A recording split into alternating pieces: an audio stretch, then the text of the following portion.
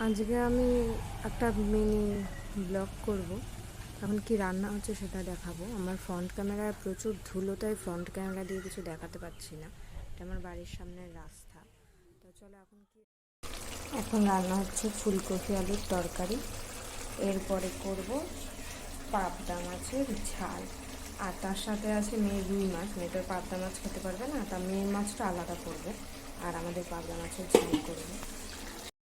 এবার পাবদা মাছগুলো ভাজতে দেবো।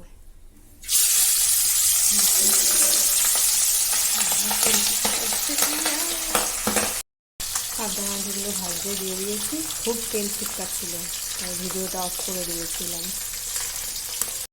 তা এই বাটিটাতে একটু নুন, একটু জিরে, অল্প একটু জিরের গুঁড়ো, একটু লঙ্কার গুঁড়ো, একটু হলুদ গুঁড়ো দিয়ে এটা একটু ভিজিয়ে দেবো। তাহলে কী হয়, মশলার কাঁচা গন্ধটা থাকে না। দিয়ে তারপরে এটা মজাতে দেবো। এবার এখানে পেঁয়াজ, টমেটো, লঙ্কা এগুলো কেটে রেখেছি, এটা দিয়ে দেবো তেলে।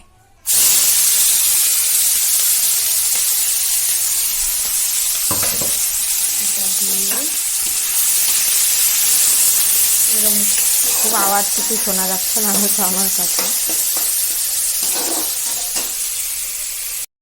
এটাতে মশলার পেস্টটা ঢেলে এবার মশলার পেস্টটা মানে বাটিতে যেগুলো নিয়েছিলাম ঢেলে এবার এটা ঢেকে দেবো। এটা থেকে যখন তেল ছেড়ে যাবে তখন আবার একটু জল দিয়ে, জলটা ফুটলে সেটার মধ্যে মাছগুলো দেবো।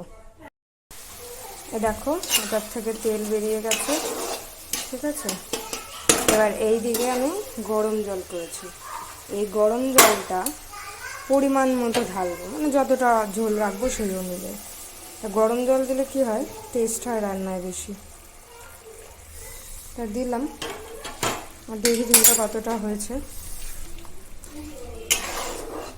এবার এটা ফুটলে পরে তারপরে ঝোল পরিমাণ বুঝে রেখে মাছগুলো দিয়ে তারপরে একটু পরে নামিয়ে নিতে হবে। ঝোলটা ফুটে গেছে, এবার মাছগুলো দেবো, একটা একটা করে মাছগুলো দিয়ে দেবো। মাছগুলো দিয়ে আবার একটুখানি ফুটিয়ে, তাহলে মাছগুলোর মধ্যে ঝোলগুলো ভালো করে ঢুকবে, মশলা টশলাগুলো ভালো করে ঢুকবে। একটু ফুটিয়ে তারপরে আবার নামিয়ে ফেলবো। মাছটা হয়ে এসেছে, এবার নামাবো। একটু ঝোল না রাখলে তো হয় না, ভাতটা মেখে খাওয়ার জন্য একটু ঝোল রাখবো, মানে হালকা একটু। আর এটা একদমই সিম্পল রান্না, অনেকেই হয়তো করেছে বা করে। তা যারা একদমই পারে না তাদের জন্য জাস্ট একটু করলাম ভিডিওটা। তো বাই।